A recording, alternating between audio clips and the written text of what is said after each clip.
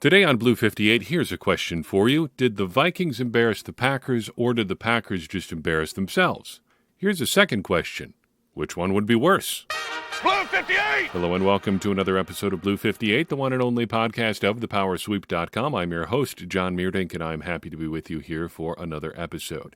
It's kind of weird how a 24-10 game can feel so close, but also impossibly far away. I think just with how this game played out, you can sit here and really say, string a couple more plays together and shoot, you're in business. 24-10 is not that far away.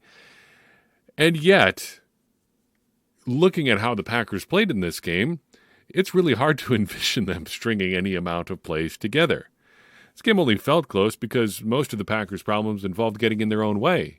And it felt far apart, the Packers and Vikings, that is, because of, well, basically that very same reason. The Packers just kept getting in their own way. That really has to be the theme of the game. I was a little bit late getting sat down for this one, but the first few things that I saw really...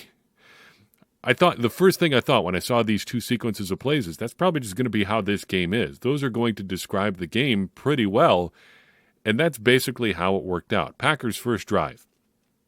2nd and 8 play, A.J. Dillon goes off tackle for 7 yards, setting up 3rd and 1. So it wasn't the first play of the drive, but they set up 3rd and 1.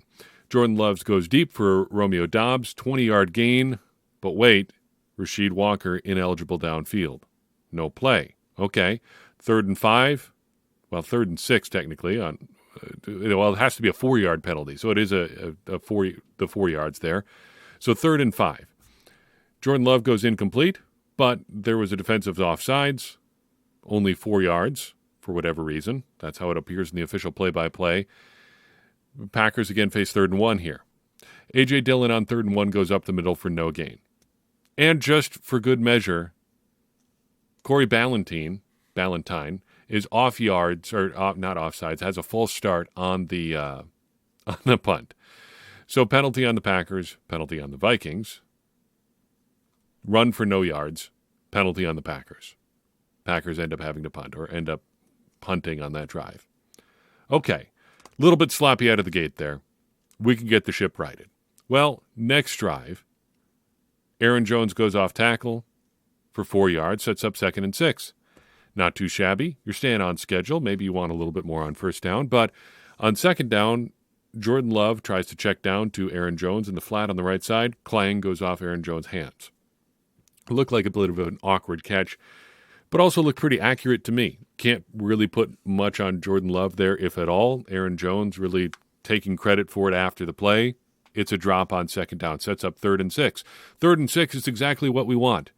There's pre-snap motion. It's an empty set. Luke Musgrave is in the slot on the right of the formation. He's got an advantageous matchup, and working across the middle, he gets himself open enough that Jordan Love looks his way on 3rd and 6, and incomplete. Either a drop by Musgrave or a good play by the Vikings defender. In either case, the Packers come up empty, another 3 and out.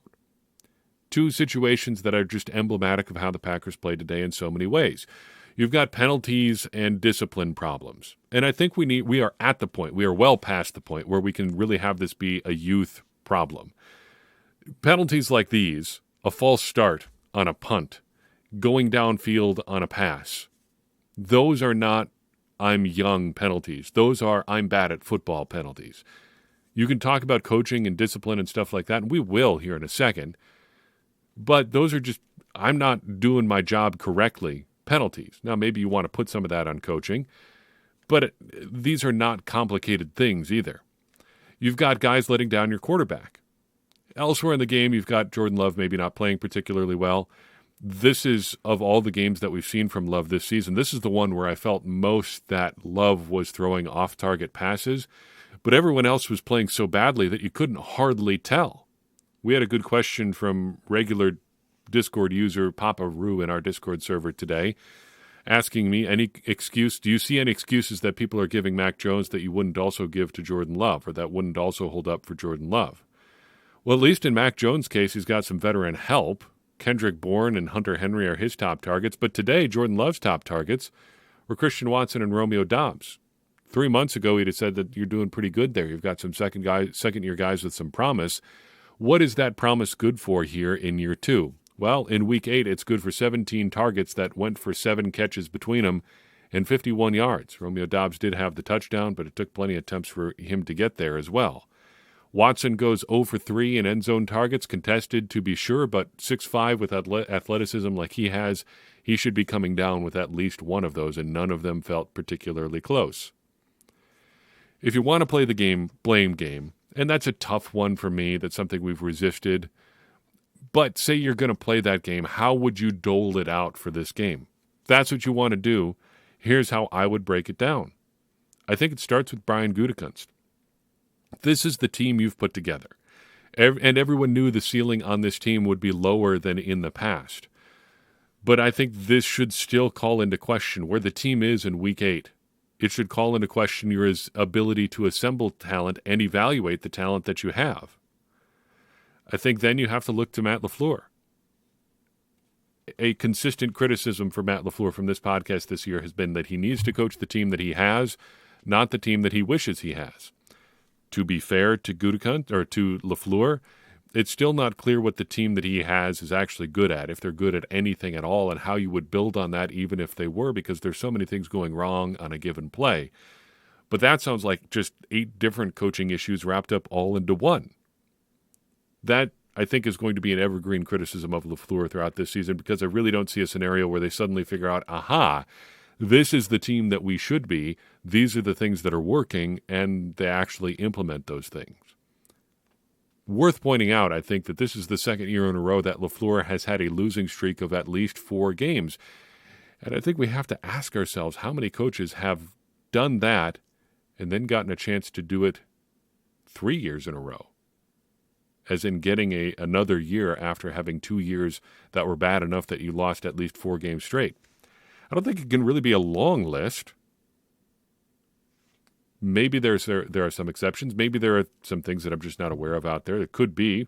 I mean, there are a lot of things I'm not aware of out there, but there can't be a lot of good examples, I guess I'm saying, of coaches that had month-long losing streaks in consecutive years, and then were like, in the 3rd year, we're back to being an elite coach, especially after having previously been pretty good. There just can't be a lot of guys who have reversed situations like that, and I'm not sure.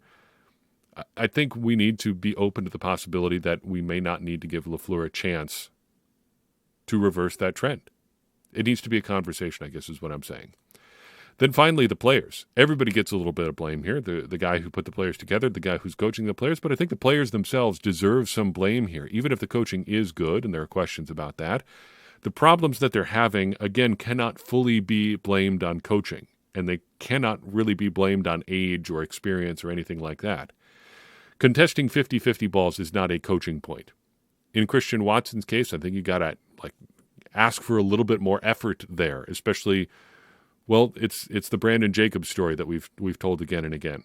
If you put a full-length mirror on the sideline and said, Christian, just look at yourself. You should be out-jumping these guys, out-muscling them for the football, but you're not. Why?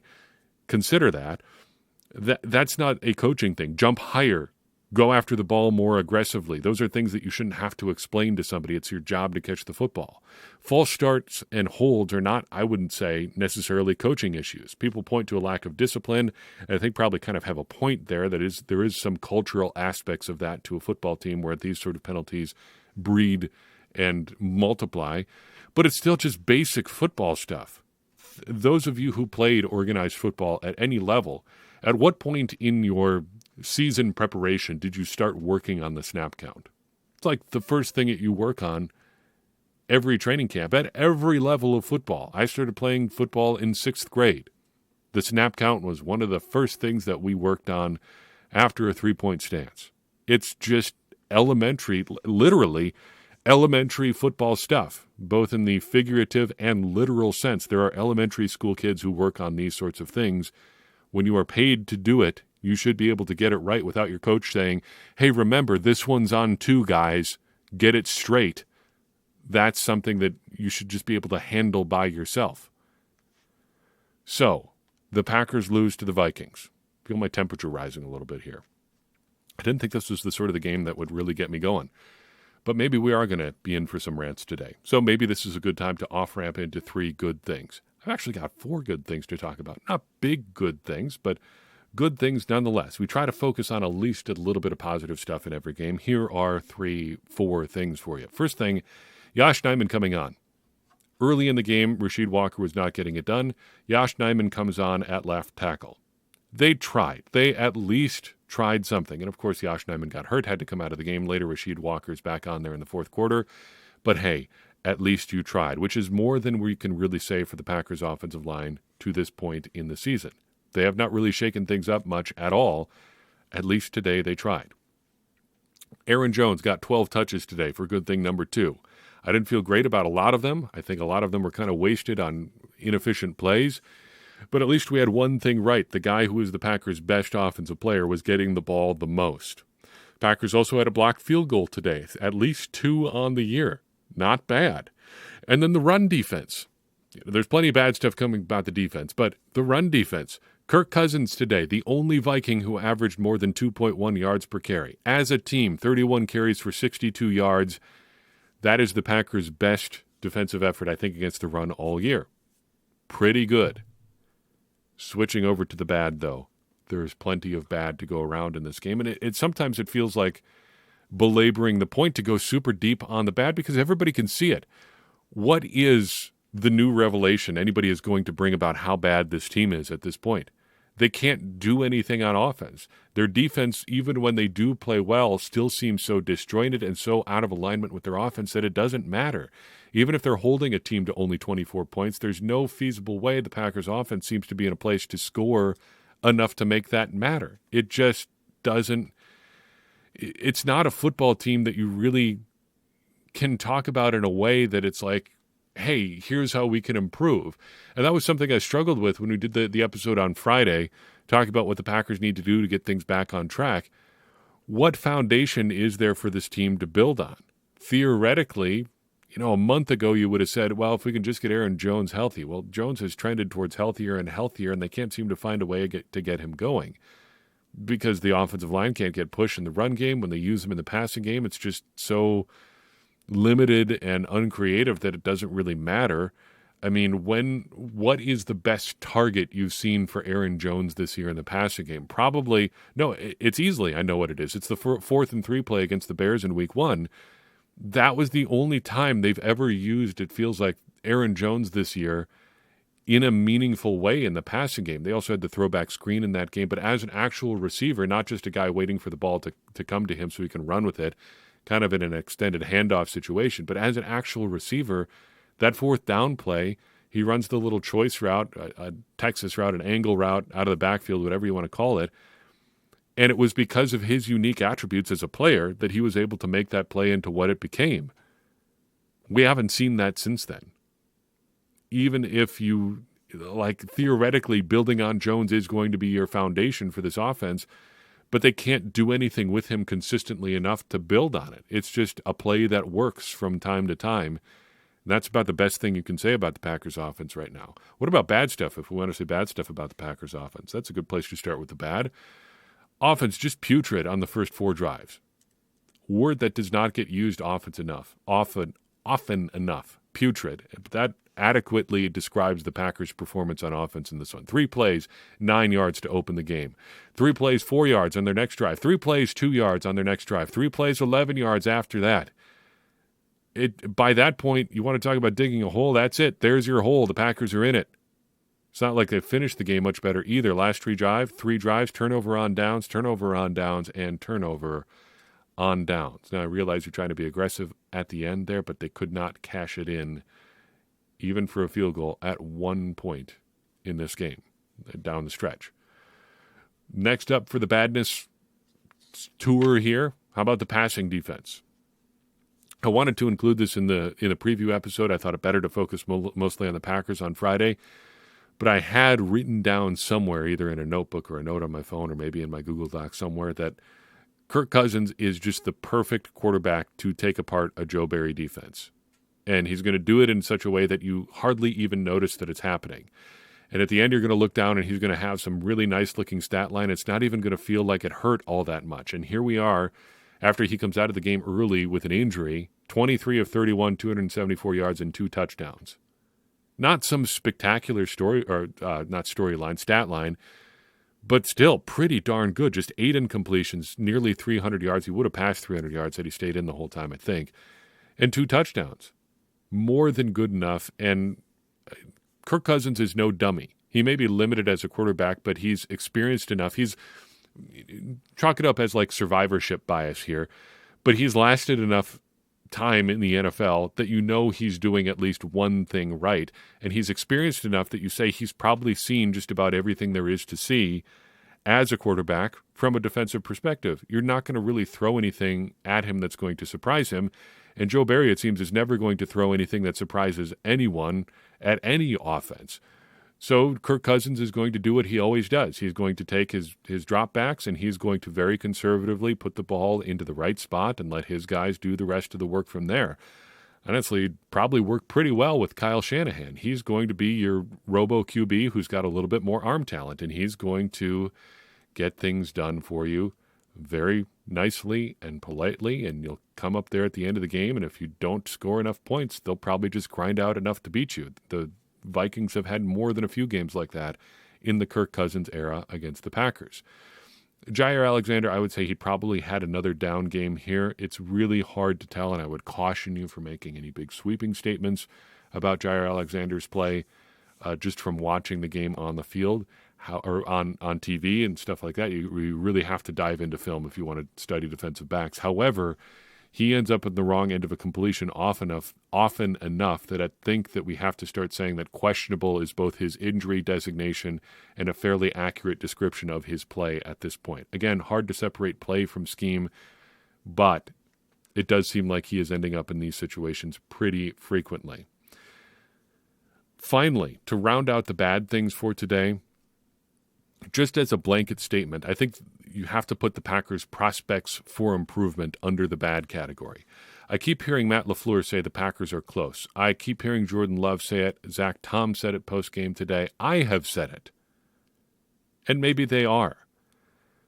But to kind of return to our question from before, what would they have to do to get closer? What are they going to do that's going to close that gap between close and effective?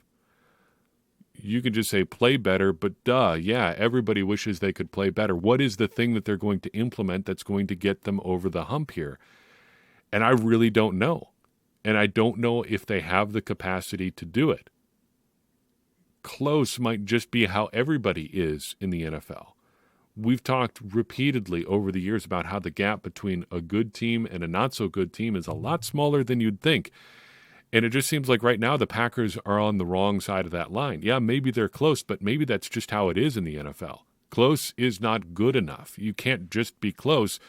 And if you don't have a plan for bridging the gap from pretty good to actually good, close is all the closer you're going to get. And that, it seems, is where the Packers are right now. It doesn't seem like they have anything they can build on that is going to close that gap for them. So as we ask after every game, what does it all mean? I don't know about you. Maybe you've been here for a while. Maybe you're not there yet. Maybe you're holding out hope that the Packers can go on a run here and make the playoffs or something. The NFC looks pretty dismal. I'm not sure there's a real contender for that 7th spot right now in the NFC playoffs, so it's still technically wide open.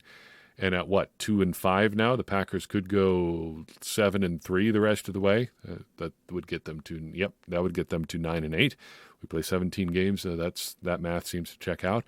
That may get you into the playoffs. That seems like a pretty big ask for this Packers team. I will just put that out there. So I am not super confident that that is a realistic thing to hope for. And I think if we're looking for anything at this point, we're just looking for improvement. So if you look at what this game means, I think we're at the point where we have to start thinking about the rest of the season as essentially preseason. We're looking for jobs here. Who wants one? If the Packers are really honest with themselves with where they are as a team, there are more people who should be making a case to have a job next year than they would probably like to admit publicly. And that applies to everyone, from the general manager down to roster spot number 69, if you count the practice squad, plus all the guys on IR too. I think also related to that the Packers should really consider selling at the trade deadline. We know for sure that the Packers aren't going to, well, we don't know for sure. We can't say that absolutely for sure. We know more likely than not. How about that? We know more likely than not the Packers are not going to be playoff contenders realistically this year. So I think among the guys who have expiring contracts or maybe have tradable deals or whatever, you have to at least listen if someone comes calling.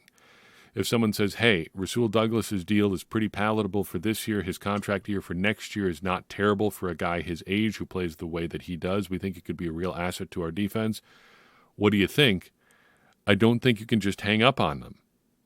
If somebody really comes and wants to blow your socks off with a deal for one of your big-name guys, I don't think you can just say no out of hand. You've really got to consider where you are as a team, how realistic it is for you to be better next year, and whether or not the person you're talking about is going to be a real asset in 2025, as we talked about last Wednesday. That is not an admission of failure. That's just doing your job as a general manager. And sometimes doing your job is going to involve you admitting that you made a mistake or admitting that you were farther away than you thought and trying a different path. The only way back is to do something different. If you keep doing the same thing, you may just end up sinking faster, and you may end up finding yourself out of a job faster. If you really believe that your roster can come back, okay, that's a position that you can have, but you just have to remember the possibility that you may be wrong. And being wrong could cost not just you your jobs, but a lot of other people too. So you got to at least listen, I think, if somebody's calling about guys at the trade deadline. I'm not saying there's anybody they got to move or should move even, but if someone says, hey, what about so-and-so, it's at least worth having a conversation. Up next, the Packers have the Rams at Lambeau Field back in the noon slot again. If I had to guess, just think about the number of noon games the Packers have coming up, I would say we've probably seen the last of the Packers in primetime this year. I don't think you want to see Packers-Chiefs in primetime, as much as that would be, as much as I enjoy primetime games. Those are one of the few, as much as I love my kids, that you get to watch actually without the interference of the kids.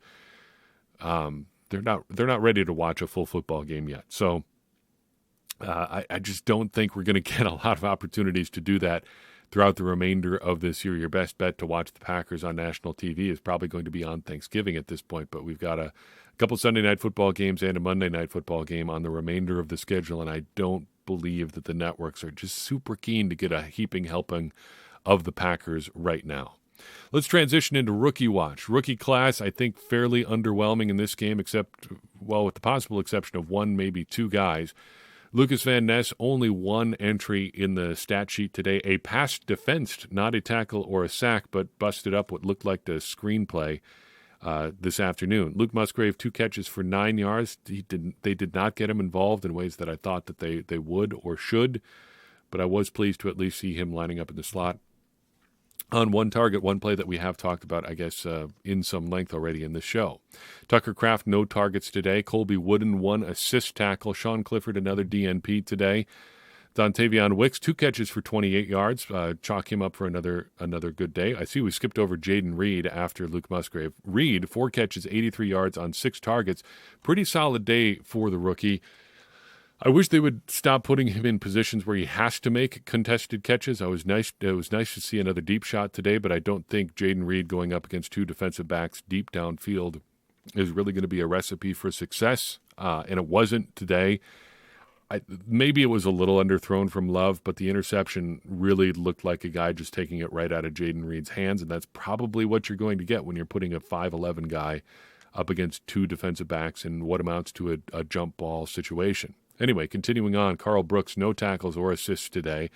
Anders Carlson, officially 1 for 1 on field goals and 1 for 1 on extra points, did have a miss wiped out by a penalty. And what a doink that was. The live audio on that one, just incredible. Sounded like he was going to snap the upright in half on that one. Really, really gave it a good whack. Carrington Valentine saved a touchdown on a kick return that was ultimately called back. Also had 1 assist tackle on special teams. Anthony Johnson Jr. played but had no stats. Malik Heath, the undrafted free agent, was a healthy scratch today. Emmanuel Wilson was active today, but one of two active players who did not play, along with Sean Clifford. And finally, Brenton Cox did play, but had no recordable stats to speak of.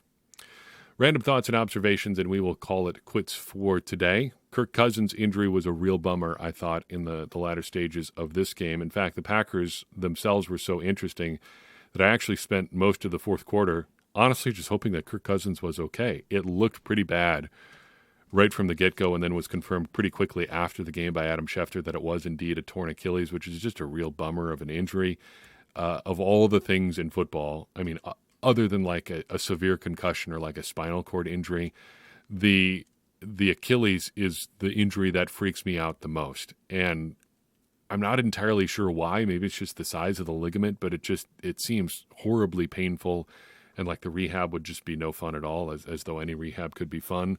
That and just getting your arm fallen on like under you at an odd angle or something like that. But among the more common football injuries, I've always been afraid of a torn Achilles, and it was a bummer to see anybody get that injury. But Cousins gutting it out on the sideline of that game was cool and hard to see at the same time. So a speedy recovery for him just as a person, even if we don't want good things to happen for the Vikings. Uniform matchup today I thought was pretty good. I wish we would see the Vikings go with their white over white uniforms. I also wish we could see a color versus color matchup. This is something we were talking about in passing in our Discord server for the Power Sweep today. Tennessee, the Tennessee Titans went with their Houston Oilers throwbacks today, which are great in and of themselves, but they also got to wear them against the Atlanta Falcons in black, got a color versus color matchup, which is exceedingly rare in the NFL. I would love to see the Packers versus just about any NFC North opponent in a color versus color game. Packers green versus Vikings purple, Packers versus Lions green versus blue, green versus Navy, Packers versus Bears. It'd be an old school looking kind of game, like way, way old school. But I would love to see a game like that. It used to be super common to see color on color. Now it's a rarity, but I think it's something that the NFL should embrace. Speaking of things that look pretty good, Jayden Reed is now the team's leading receiver, certainly not by design this year, but if my numbers are right, he's got 314 yards on the year, which is good for tops on the Packers. Comparing him to some previous rookies, Christian Watson wound up his rookie season with 611 yards. Romeo Doubs had 425. Amari Rodgers, 45 yards. Basically, going back through the last few years, the only guys who have had more than Jayden Reed has already are Marquez Valdes-Scantling with 581. Devontae Adams finished with 446. James Jones had 376, and Greg Jennings had 632. You're already back all the way to, 2006 there, I believe Jennings was drafted. But Reed is putting up some numbers. There are a couple guys who are real close to his total, like Equanimeous St. Brown finished his rookie season with 328 yards, but Reed statistically is off to a great start in his career. Some warts there, to be sure, not a perfect player, but he's exciting, and he seems to make really great plays on a pretty consistent basis. He's making big plays at a more frequent rate than just about anybody else in Green Bay right now. Got to finish today on a little bit of a down note. You probably anticipated this, knowing what I talked about a couple weeks ago, and I'm sorry to just throw it in here at the end of the podcast. I didn't know where else to say this, but given that many of you have reached out with words of support for a situation I told you about with my grandma a couple weeks ago, I thought I would update you here. I know it's not necessarily timely, but Grandma Meerdink passed away on the morning of Friday, October 20th. She was 89 years old and was just incredible in so many ways. I was very fortunate to have a wife who was willing to watch the kids for a couple days solo while I went up to Wisconsin for the funeral, rather than dragging them around for just a very short trip for the funeral. But it was nice to go up there. And in so many situations, when you deal with something like this with a loved one, it does come unexpectedly. And I feel like the sadness is multiplied in those situations. But as often as you try to say a funeral is a celebration of life, I feel like this was actually the case for my grandma. And that was I think it was a relief for a lot of people. My parents, my dad, who has dealt with being my grandma's one of her primary caretakers for the past year and a half since Grandpa passed away, and has just gone through this whole process, over the past few years as my grandparents have been in declining health. I think it's a relief in that situation for him and his sisters and all of those people who get to see kind of, I guess in some ways, a culmination of their work, getting to celebrate this great woman who we all loved so much. And it doesn't diminish the sadness, but it was, I would say that the whole situation was unexpectedly joyful. And I'm very thankful in more than a few ways that we knew this was kind of the situation here.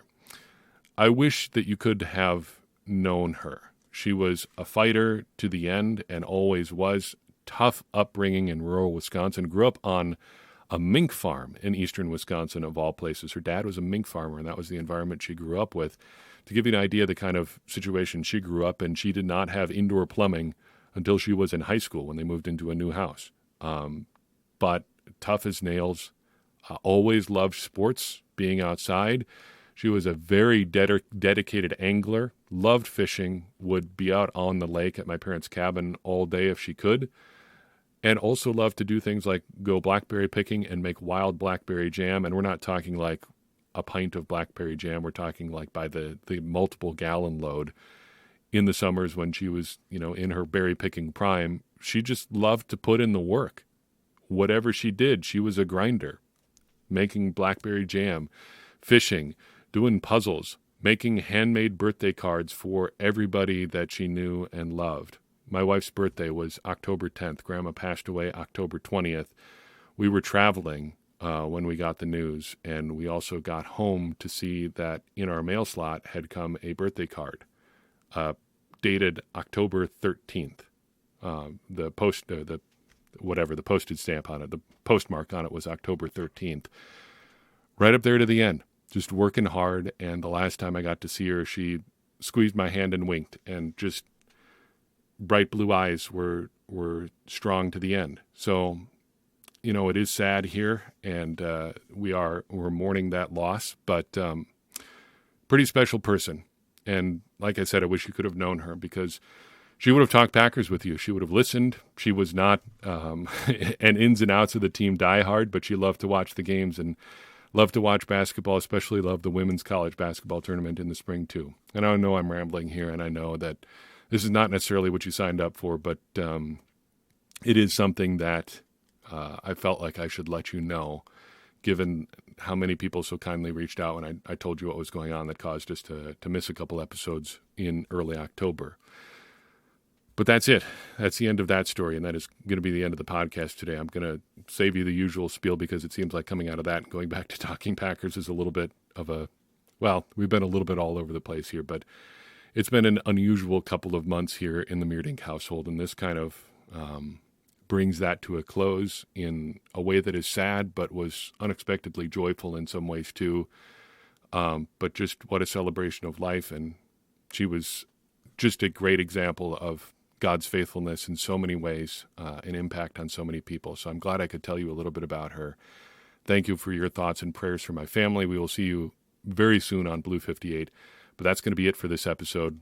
I guess we'll just say go Packers to close this one out, and maybe give your grandma a call.